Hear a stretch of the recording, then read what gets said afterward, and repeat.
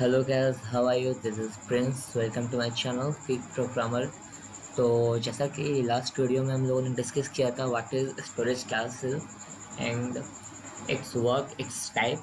So basically it's four types which is auto storage class, static storage class, register storage class, and the last fourth is external storage class. So I will cover it one by one, step to step. So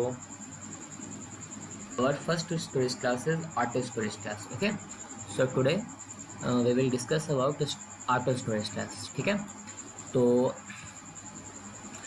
हम चलते हैं auto storage class के ऊपर. ठीक है, step. Okay, so auto refers to the automatic storage class. देखिए, पहली बात मैं बता देता हूँ मैं आपको कि जो भी आपका लोकल वेरिएबल है, ठीक है, आप जो भी वेरिएबल, अगर आप बिगिनर हैं, ठीक है, आप जो भी वेरिएबल डिक्लेयर करते हैं वो आपका ऑटो स्टोरेज क्लास होता है. ठीक है, जो भी आपका लोकल वेरिएबल डिक्लेयर्ड है वो ऑटो स्टोरेज क्लास की प्रॉपर्टी को ही जो है परफॉर्म कराता है. तो हम लोगों ने पढ़ा था कि स्टोरेज क्लास क्या रिप्रेजेंट करता है as a variable, as a function.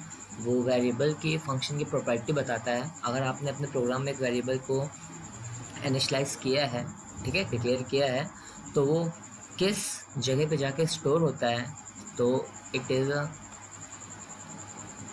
ठीक है, तो it refers for storage. And वो उसकी जो है initial value means default value क्या होती है. सो स्टोरेज क्लास ये रिप्रेजेंट करता है. उस वेरिएबल का ब्लॉक क्या होता है, स्टोरेज क्लास ये रिप्रेजेंट करता है. और वो वेरिएबल की लाइफ टाइम क्या होती है वो रिप्रेजेंट करता है. So today we discuss about automatic storage class. Okay, तो देखिए, ऑटोमेटिक स्टोरेज क्लास जैसे मैंने बताया कि all local variable which is declared in the program is called automatic storage class. okay, so अब ये देखिए, automatic storage class means auto variable. अगर हम लोग देखिए, ये सिंटैक्स है यहाँ पे, ठीक है, पहले वेरिएबल नेम, फिर उसका हम लोग जो डेटा टाइप लिखते हैं, इंट, कैर, फ्लोट, जो भी, और उसके बाद यहाँ पे auto. So this it's refer to the storage class. देखिए, वेरिएबल जो हम लोग डिफाइन करते हैं, ठीक है, वो हमारा कहाँ पे स्टोर होता है. Suppose stack is nothing but a RAM. Okay, so ये हमारा रैम में स्टोर होता है. ठीक है, सो स्टोरेज, तो ठीक है, हम लोग अगर वेरिएबल के स्टोर की बात करें, ऑटो वेरिएबल कहाँ स्टोर होता है, in the RAM. Okay, now what is the default value, what is the default initial value of the auto variable. It is a garbage value. Means if you are declared a variable and not initialize the value, so when you print a variable, it is a garbage value. Every time when you compile the program, output is change. Every time you compile and output is changed. okay, इसका मतलब ये, जब आप programme को compile कराएंगे, जितने भी times कराएंगे कंपाइल, उतने टाइम्स आपका आउटपुट अलग अलग आएगा. ठीक है, so this is a garbage value. Okay, तो यहाँ पे हमको पता चल जाएगा कि डिफॉल्ट वैल्यू क्या होती है, उसकी गार्बेज वैल्यू होती है. Now scope, what is the scope of auto variable. It is a local to the block. Means it is, देखिए, दो स्कोप आपको पता है, एक ग्लोबली एक लोकली. तो यहाँ पे क्या लोकल स्कोप यहाँ पे ऑटोमेटिक स्टोरेज क्लास का जो भी वेरिएबल है वो एक्सेप्ट करता है. ठीक है, नाउ लाइफ इसका देखते हैं हम लोग. Within the block where variable is defined. Block means nothing but this is a curly braces, means this to this. Suppose I am declared here auto variable. Okay, so this variable refers only this block. Okay, now I am going to print the value about this variable, so it will print correct. But अगर हम चाहें कि इस scope के बाहर इस value को print करें, so it is totally wrong. Okay, तो ये क्या है, within the block where variable is defined.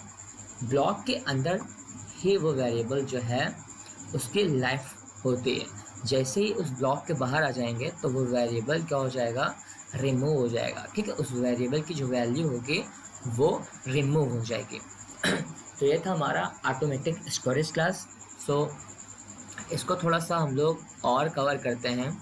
तो सबसे पहले मैं यहाँ पे कोड ब्लॉक ओपन कर लेता हूँ, ठीक है। तो मैं कोड ब्लॉक में इस प्रोग्राम को रन करके दिखाऊंगा आपको कि ऑटोमेटिक स्टोरेज क्लास जो वेरिएबल है कैसे परफॉर्म किया जाता है। So just wait.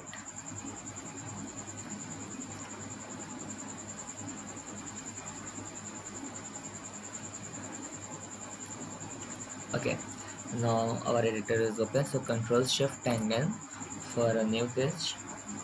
Now first of all save the file, just now auto, this is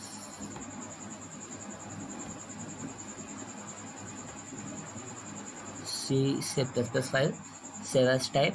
Now I'm writing there. Okay, just save. Now I'm ready to generate my code. Hash include stdio.h, okay, int main.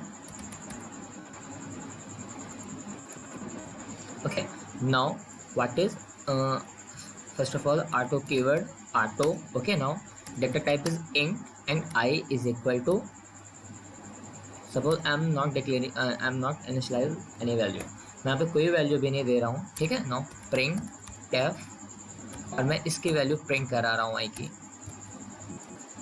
Percentage of T and I, return 0, control S for save and function F9 to compile this program. Just wait, our output is here.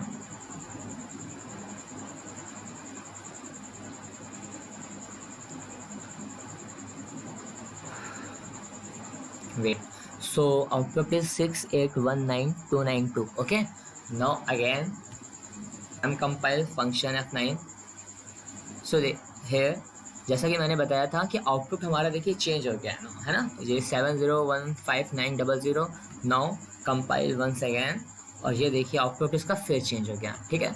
तो मैं जैसा बता रहा था कि अब इसको बार बार compile करेंगे तो क्या होगा, इसका आउटपुट जो डिफॉल्ट वैल्यू होगी, चूँकि वो गार्बेज वैल्यू होता है, एवरी टाइम वो चेंज होती रहती है, ठीक है। नाउ अब देखिए यहाँ पे तुम ब्लॉक की बात कर रहा था, तो ब्लॉक इसका क्या है, this is a local, okay, this is a local, इस ब्लॉक के अंदर है ना ये, ओके। नाउ अब मैं यहाँ पे आपको लाइव दिखाता हूँ इसकी, suppose this is 10,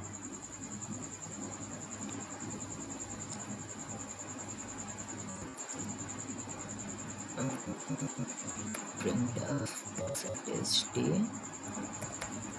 I slash n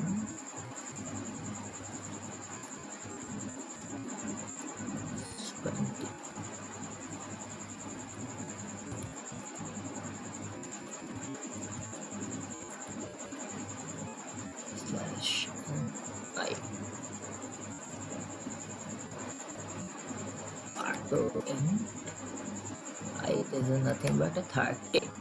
So देखिए यहाँ पे जो यहाँ पे ऑटो इंट आई है, ठीक है, ये सिर्फ इस प्रिंट मतलब सिर्फ ये सिर्फ इस ब्लॉक के अंदर है, ठीक है, ये सिर्फ इस ब्लॉक के अंदर तक ही काम करेगा। जैसे ही आप इस ब्लॉक के बाहर आएंगे तुरंत आपका जो आई इज इक्वल टू 30 है, ठीक है, वहाँ पे क्या हो जाएगा, इसकी वैल्यू पॉपअप हो जाएगी एंड उसकी रिप्लेस कर देगा इसकी value I is equal to 20 से। एंड सेम हेयर जब इस ब्लॉक के बाहर हम लोग आएंगे तो क्या होगा, आई इज इक्वल टू जो 20 वैल्यू थी वो पॉप हो करके क्या हो जाएगी, आई की वैल्यू 10 हो जाएगी, ठीक है। नाउ फंक्शन F9 के साथ इसको कंपाइल करते हैं और देखते हैं। अच्छा सेमी कॉलन, ओके, यहाँ पे मिस है, ओके। नाउ फंक्शन F9, ये देखिए यहाँ पे sorry function F9 now, okay. So देखिए 30 20 20 30 20 and 10, so output is this, okay. So सबसे पहले क्या हुआ, ये हमारा इसने I is equal to 30 print किया, ठीक है। नाउ जैसे मैंने बताया था आपको, जैसे ही ये इस ब्लॉक के बाहर आएगा, क्योंकि ये ऑटो के जैसे हम लोगों ने लाइव पढ़ा है, क्या है लोकल को, तो विथ इन द ब्लॉक, ठीक है। तो जैसे इस ब्लॉक के बाहर आया, इसकी वैल्यू क्या हो गई, रिमूव हो गई, मीन्स पॉप हो गई, ठीक है। नाउ उसके जगह पे आई की वैल्यू क्या आ गई, न्यू वैल्यू 20 आ गई। फिर इस ब्लॉक के बाहर जैसे ही ये आएगा उसकी वैल्यू क्या हो जाएगी, पॉप होकर के 10 हो जाएगी।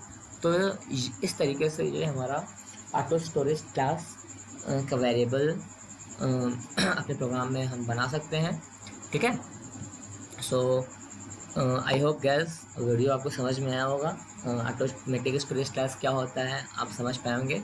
So thank you very much gas for watching this video, thank you very much gas.